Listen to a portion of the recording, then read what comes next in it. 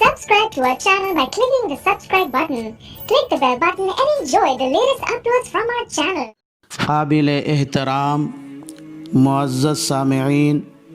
اور میری دینی و اسلامی ماں اور بہنوں، چونکہ محبت اولیاء اللہ کے عنوان کے تحت تذکرہ اولیاء کا سلسلہ چل رہا ہے، اس لیے آج کی اس مجلس میں حضرت اویس قرنی رحمۃ اللہ علیہ کے حالات اور مناقب کا ذکر کرنا ہے۔ اویس قرنی رحمۃ اللہ علیہ جلیل القدر تابعی ہیں، چنانچہ رسول اکرم صلی اللہ علیہ وسلم نے ارشاد فرمایا، اویس احسان اور مہربانی کے اعتبار سے بہترین تابعی ہیں۔ بعض دفعہ نبی کریم صلی اللہ علیہ وسلم یمن کی طرف رخ کر کے فرماتے، مجھے یمن کی طرف سے رحمت کی ہوا آتی ہوئی محسوس ہو رہی ہے، جن کی تعریف اور توصیف دونوں جہاں کے سرکار اور تمام انبیاء علیہم الصلاۃ والسلام کے سردار کرے، ان کے بارے میں کسی اور کو بولنے کی گنجائش ہی کہاں باقی رہ جاتی ہے۔ حضرت اویس قرنی رحمۃ اللہ علیہ حضور صلی اللہ علیہ وسلم کی حیات میں اپنی والدہ کی خدمت کے لیے رسول اللہ صلی اللہ علیہ وسلم کے حکم سے آپ صلی اللہ علیہ وسلم کی دیدار کو قربان کر دیا، یعنی حضرت اویس قرنی رحمۃ اللہ علیہ رسول اللہ صلی اللہ علیہ وسلم کی حیات مبارکہ ہی میں ایمان قبول فرما کر مسلمان ہو چکے تھے، لیکن ان کی والدہ ماجدہ بوڑھی، کمزور، نابینا اور بیمار تھیں۔ ان کے دیکھ بھال کے لیے اور ان کی خدمت کے لیے اویس قرنی رحمۃ اللہ علیہ کے علاوہ اور کوئی نہیں تھا۔ اس وقت ہر مسلمان پر مدینہ منورہ کی ہجرت فرض تھی، لیکن جب رسول اللہ صلی اللہ علیہ وسلم کو معلوم ہوا کہ اویس کی امی جان بوڑھی ہیں، بیمار بھی ہیں اور نابینا بھی ہیں، ان کی خدمت کے لیے اویس کے علاوہ اور کوئی نہیں ہے، تو آپ صلی اللہ علیہ وسلم نے اویس کو ہجرت کر کے مدینہ منورہ آنے سے منع فرمایا۔ اس لیے اویس قرنی رحمۃ اللہ علیہ مدینہ منورہ جا کر محبوب خدا صلی اللہ علیہ وسلم کا دیدار کر کے صحابہ کے زمرے میں شامل ہو کر رضی اللہ عنہم و رضوا عنہ کا باری تعالیٰ کی طرف سے تحفہ قبول کرنے کو قربان کر دیا اور اپنی بوڑھی اور بیمار ماں کی خدمت دل و جان سے کرتے رہے۔ اس کا صلہ اللہ نے حضرت اویس قرنی رحمۃ اللہ علیہ کو روز محشر میں یہ مقام عطا کیا کہ پیارے آقا صلی اللہ علیہ وسلم نے ارشاد فرمایا، جس کا مفہوم اور خلاصہ یہ ہے کہ کل میدان حشر میں اللہ تبارک و تعالی 70,000 فرشتوں کو اپنے ایک دوست کا ہم شکل بنائے گا، پھر وہ اللہ کا نیک بندہ ان 70,000 ہم شکل فرشتوں کے ساتھ چل کر جنت میں داخل ہوگا۔ تاکہ وہ خوش نصیب جو اللہ کا حکم پورا کرنے کے لیے، اللہ کی رضا حاصل کرنے کے لیے مدینہ منورہ کی ہجرت کر کے نبی وقت کا دیدار سے مشرف ہونے پر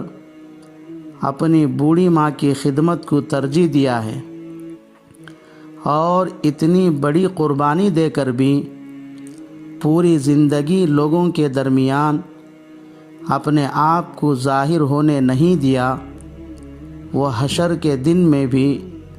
لوگوں کی نگاہوں سے پوشیدہ ہی رہے۔ ایک دوسری فضیلت، رسول اللہ صلی اللہ علیہ وسلم نے یہ ارشاد فرمائی کہ دنیا ہی میں ایک دن اللہ کا ایک دوست گنہگاروں کی سفارش کرے گا، اللہ اس کی سفارش پر قبیلہ ربیعہ اور قبیلہ مضر کے بھیڑیوں کے بالوں کے برابر اس امت کے گنہگاروں کو بخش دے گا۔ صحابہ نے جب نبی علیہ السلام کی زبانی اللہ کے اس دوست کی دو اتنی بڑی فضیلتیں سنی تو ان کا نام معلوم کرنے کا ان کے اندر شوق پیدا ہوا۔ چنانچہ صحابہ نے باصرار حضور اکرم صلی اللہ علیہ وسلم سے ان کا نام دریافت کرنے لگے، تو آپ صلی اللہ علیہ وسلم نے فرمایا کہ وہ خوش نصیب انسان اللہ کا دوست اور ولی اویس قرنی ہے۔ اس کے بعد آپ کے پاس موجود صحابہ نے پوچھا کہ کیا ہماری ملاقات ان سے ہوگی؟ رسول اللہ صلی اللہ علیہ وسلم نے فرمایا نہیں، البتہ عمر اور علی سے ان کی ملاقات ہوگی، اور ان کی پہچان یہ ہے کہ ان کے ہتھیلی کے بائیں پہلو پر 1 درہم کے برابر سفید رنگ کا داغ ہوگا۔ اس کے بعد رسول اللہ صلی اللہ علیہ وسلم نے اپنا جھبہ مبارک نکال کر حضرت عمر رضی اللہ تعالی عنہ کو عطا کیا اور فرمایا کہ جب تمہاری ملاقات اویس قرنی سے ہو جائے تو ان کو یہ میرا جھبہ دے دینا اور میری طرف سے ان کو سلام پہنچا کر ان سے امت کے حق میں دعا کروانا۔ حضرت عمر رضی اللہ تعالی عنہ اور حضرت علی رضی اللہ تعالی عنہ نے جب سے اویس قرنی کے فضائل اور مناقب رسول اللہ صلی اللہ علیہ وسلم کے زبانی سنے تو ان کو دیکھنے اور ان سے ملاقات کرنے کا شوق ان دونوں کے دل میں دن بدن بڑھتا ہی چلا گیا۔ اور جب حضرت عمر رضی اللہ تعالی عنہ کے خلافت کا زمانہ آیا تو حضرت عمر رضی اللہ تعالی عنہ اور حضرت علی رضی اللہ تعالی عنہ دونوں کوفہ پہنچے اور یمن والوں سے اویس قرنی کا پتہ معلوم کیا تو کسی نے کہا کہ اویس کا حال تو مجھے معلوم نہیں ہے، البتہ یہاں ایک دیوانہ آبادی سے دور ایک وادی میں اونٹ چراتا ہے، سوکھی روٹی کھاتا ہے، لوگوں کو ہنستا دیکھ کر خود روتا ہے اور روتے ہوئے لوگوں کو دیکھ کر خود ہنستا ہے۔ حضرت عمر رضی اللہ تعالی عنہ اور حضرت علی رضی اللہ تعالی عنہ جب وہاں پہنچے تو دیکھتے کیا ہی کہ اویس قرنی رحمۃ اللہ علیہ نماز پڑھ رہے ہیں اور فرشتے اونٹ چرا رہے ہیں۔ اویس قرنی رحمۃ اللہ علیہ جب نماز سے فارغ ہوئے تو ان سے ان کا نام معلوم کیا گیا تو حضرت اویس قرنی رحمۃ اللہ علیہ نے اپنا نام بتانے کے بجائے کہا عبداللہ، اللہ کا بندہ۔ اس پر حضرت عمر رضی اللہ تعالی عنہ نے کہا، نہیں، تمہارا اپنا اصلی نام بتاؤ۔ تو انہوں نے کہا کہ میرا نام اویس ہے۔ حضرت عمر رضی اللہ تعالی عنہ نے فوراً ان کا ہاتھ پکڑ کر دیکھا تو واقعی ہتھیلی کے بائیں پہلو پر 1 درہم کے برابر سفید رنگ کا داغ ہے۔ اس لیے حضرت عمر رضی اللہ تعالی عنہ نے ان کے ہاتھ کا بوسہ لیا اور حضور اکرم صلی اللہ علیہ وسلم کا وہ جھبہ مبارک نکال کر دیا اور حضور صلی اللہ علیہ وسلم کی طرف سے سلام پہنچا کر امت کے حق میں دعا کا پیغام بھی سنایا۔ تو اول حضرت اویس قرنی رحمۃ اللہ علیہ نے اپنے آپ کو چھپانے کے لیے کہا، خوب تلاش کر لو، جس کے متعلق رسول اللہ صلی اللہ علیہ وسلم نے پیشن گوئی فرمائی ہے، وہ کوئی دوسرا آدمی ہے۔ لیکن حضرت عمر رضی اللہ تعالی عنہ نے کہا کہ رسول اللہ صلی اللہ علیہ وسلم نے جو نشانی بتلائی ہے وہ تو صرف تمہارے اندر ہے۔ یہ سن کر حضرت اویس قرنی رحمۃ اللہ علیہ نے فرمایا، اے عمر، تمہاری دعا میری دعا سے زیادہ قبولیت کے قریب ہوگی۔ حضرت عمر رضی اللہ تعالی عنہ نے فرمایا کہ میں تو دعا کر دوں گا، لیکن تم کو تو حضور صلی اللہ علیہ وسلم کی وصیت پوری کرنا ہے۔ چنانچہ حضرت اویس قرنی رحمۃ اللہ علیہ رسول اللہ صلی اللہ علیہ وسلم کا وہ جھبہ مبارک لے کر حضرت عمر رضی اللہ تعالی عنہ اور حضرت علی رضی اللہ تعالی عنہ سے کچھ دور چلے گئے اور جھبہ مبارک سامنے رکھ کر اللہ سے دعا مانگنے لگے کہ اے اللہ، جب تک تو محمد صلی اللہ علیہ وسلم کی امت کی مغفرت نہیں کرے گا، میں اس جھبے کو ہرگز نہیں پہنوں گا، کیونکہ تیرے نبی نے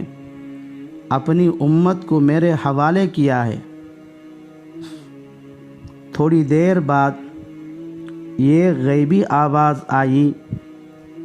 کہ ہم نے تمہاری سفارش پر کچھ لوگوں کی بخشش کر دی ہے۔ لیکن حضرت اویس قرنی رحمۃ اللہ علیہ نے عرض کیا، اے اللہ، تیرے نبی کو پوری امت کی فکر تھی۔ اس کے بعد پھر آواز آئی، ہم نے 1000 افراد کی مغفرت کی ہے۔ لیکن حضرت اویس قرنی رحمۃ اللہ علیہ نے عرض کیا، اے اللہ، تیرے نبی کے امت کے گنہگاروں کی فہرست بہت بڑی ہے۔ پھر آواز آئی کہ ہم کچھ اور اضافہ کر دیا ہے۔ ادھر حضرت اویس قرنی رحمۃ اللہ علیہ پوری امت کی مغفرت کے لیے برابر دعا فرماتے تھے، اور ادھر سے تھوڑا تھوڑا بخشے جانے والے افراد کی تعداد میں اضافہ ہو رہا تھا۔ اتنے میں اچانک حضرت عمر رضی اللہ تعالی عنہ اور حضرت علی رضی اللہ تعالی عنہ دونوں اویس قرنی کے قریب آ گئے۔ جب اویس قرنی رحمۃ اللہ علیہ نے حضرت عمر رضی اللہ تعالی عنہ اور حضرت علی رضی اللہ تعالی عنہ کو اپنے قریب دیکھ لیا تو فرمانے لگے، تم دونوں اتنا جلد میرے قریب کیوں آ گئے؟ اب تک رسول اللہ صلی اللہ علیہ وسلم کی امت میں سے صرف قبیلہ ربیعہ اور قبیلہ مضر کے بھیڑیوں کے بالوں کے برابر افراد ہی کی بخشش ہوئی ہے۔ اگر تم میرے قریب نہ آئے ہوتے تو میں جب تک پوری امت کی بخشش نہ کروا لیتا اس لباس کو نہ پہنتا۔ حضرت اویس قرنی رحمۃ اللہ علیہ کے اس قرب الہی اور تعلق مع اللہ کے مقام اور مرتبے کو دیکھ کر حضرت عمر رضی اللہ تعالی عنہ کے دل میں خلافت کی ذمہ داری چھوڑ کر قرب الہی اور تعلق مع اللہ کے اس مقام اور مرتبے کو پانے کا شوق پیدا ہو گیا۔ اس لیے فرمایا، ہے کوئی جو مجھے روزانہ روٹی کا ایک ٹکڑا دے اور بدلے میں میری یہ خلافت لے لے؟ یہ سن کر حضرت اویس قرنی رحمۃ اللہ علیہ نے کہا، تمہاری خلافت کی ذمہ داری اپنے سر لے کر روزانہ تم کو ایک روٹی کا ٹکڑا دینے والا یقیناً کوئی بیوقوف ہی ہوگا۔ تم کو تو یہ خلافت کی ذمہ داری خود اپنے سر سے اتار کر پھینک دینا چاہیے، اس کے بعد چاہے جو کوئی اس کو قبول کر لے۔ حضور صلی اللہ علیہ وسلم کی اتباع میں حضرت اویس قرنی رحمۃ اللہ علیہ کا اپنے پورے دانتوں کو توڑ ڈالنا۔ جنگ احد میں جب رسول اللہ صلی اللہ علیہ وسلم کے مبارک دانت ٹوٹ گئے اور جب اس کی اطلاع حضرت اویس قرنی رحمۃ اللہ علیہ کو ہوئی تو آپ جنگل میں بکریاں چرا رہے تھے یا اونٹ چرا رہے تھے۔ آپ نے پتھر لے کر اپنا ایک دانت توڑ دیا۔ پھر خیال آیا کہ شاید حضور صلی اللہ علیہ وسلم کا یہ والا دانت نہ ٹوٹا ہو بلکہ اس کے بازو والا ٹوٹا ہو، اس لیے پھر پتھر لے کر اس بازو والے دانت کو توڑ دیا۔ اسی طرح اپنے منہ کے سارے دانت توڑ دیے۔ حضرت اویس قرنی رحمۃ اللہ علیہ رسول اللہ صلی اللہ علیہ وسلم کی کامل اطاعت اور اتباع کرنے کی کوشش کرتے تھے، اس لیے اپنے منہ کے تمام دانت توڑ دیے۔ حضرت عمر رضی اللہ تعالی عنہ نے حضرت اویس قرنی رحمۃ اللہ علیہ سے کہا کہ مجھے کچھ وصیت فرمائیے۔ تو حضرت اویس قرنی رحمۃ اللہ علیہ نے کہا، اے عمر، اگر تم خدا کو، اس کی طاقت اور قدرت کو پہچان لیے ہو اور اس پر کامل یقین رکھتے ہو تو اس سے بہتر کوئی وصیت نہیں ہو سکتی۔ بس اب تم اس خدائے وحدہ لا شریک لہ کو چھوڑ کر کسی دوسری طرف مائل مت ہونا۔ پھر پوچھا، اے عمر، کیا اللہ بھی تم کو پہچانتا ہے؟ حضرت عمر نے کہا، ہاں۔ اس پر حضرت اویس قرنی رحمۃ اللہ علیہ نے کہا، بس اب تجھے خدا کے علاوہ کوئی دوسرا نہ پہچانے۔ حضرت عمر رضی اللہ تعالی عنہ نے کہا، میرے لیے دعا فرمائیے۔ حضرت اویس قرنی رحمۃ اللہ علیہ نے کہا، میں ہر نماز میں تشہد کے بعد یہ دعا کرتا ہوں، اللہم اغفر للمؤمنین وللمؤمنات، اے اللہ تمام ایمان والے مرد اور تمام ایمان والی عورتوں کی مغفرت فرما۔ اب تو صرف اس بات کی کوشش کر کے تیرا خاتمہ ایمان کے ساتھ ہو جائے، تب تو تجھے میری دعا سے فائدہ ہوگا، ورنہ میری دعا سے تجھے کوئی فائدہ نہ ہوگا۔ حضرت اویس قرنی رحمۃ اللہ علیہ کا استغنا۔ حضرت اویس قرنی رحمۃ اللہ علیہ کے استغنا کا یہ عالم تھا کہ حضرت عمر رضی اللہ تعالی عنہ نے درخواست کی کہ آپ کچھ دیر یہیں ٹھہر جائیے، میں آپ کے لیے کچھ مال وغیرہ لے کر آتا ہوں۔ اس پر حضرت اویس قرنی رحمۃ اللہ علیہ نے اپنے جیب سے 2 درہم نکالے اور کہا کہ یہ اونٹ چرانے کی مزدوری ہے، اگر آپ مجھے یہ گارنٹی دے کہ میں ان 2 درہم کے خرچ ہونے سے پہلے نہیں مروں گا تو پھر آپ مجھے جو کچھ مال دولت دیں گے میں بخوشی لے لوں گا، ورنہ میرے لیے یہی 2 درہم ہی بہت کافی ہیں۔ اس کے بعد حضرت عمر رضی اللہ تعالی عنہ اور حضرت علی رضی اللہ تعالی عنہ کو یہ کہہ کر رخصت فرمایا کہ تم دونوں کو یہاں تک آنے میں جو تکلیف پہنچی ہے اس کے بارے میں معافی چاہتا ہوں۔ جب خلیفہ وقت حضرت عمر رضی اللہ تعالی عنہ کا اویس قرنی کی خدمت میں آ کر دعا کرا کر چلے گئے تو وہاں کے لوگوں کے دلوں میں اویس قرنی رحمۃ اللہ علیہ کی عظمت اور محبت بیٹھ گئی، اس لیے لوگ حضرت اویس قرنی رحمۃ اللہ علیہ کے پاس جمع ہونے لگے، اور حضرت اویس قرنی رحمۃ اللہ علیہ اپنے پاس بڑا بڑا مجمع جمع ہوتے دیکھ کر خود کو عجب میں مبتلا ہونے کے خوف سے یمن کا علاقہ چھوڑ کر کوفہ میں جا کر تنہائی میں یکسو ہو کر عبادت میں مصروف ہو گئے۔ یہ تھے ہمارے اولیاء جنہوں نے ہمیشہ دنیا کے مقابلے میں آخرت کو، مخلوق کے مقابلے میں خالق کے پانے کو، مال کے مقابلے میں اعمال کو، بڑے بڑے مجموع کے مقابلے میں تنہائی کو، دکھاوے کے مقابلے میں اخلاص کو ترجیح دیتے تھے۔ اللہ تعالیٰ سے دعا ہے کہ اللہ تبارک و تعالیٰ مجھے،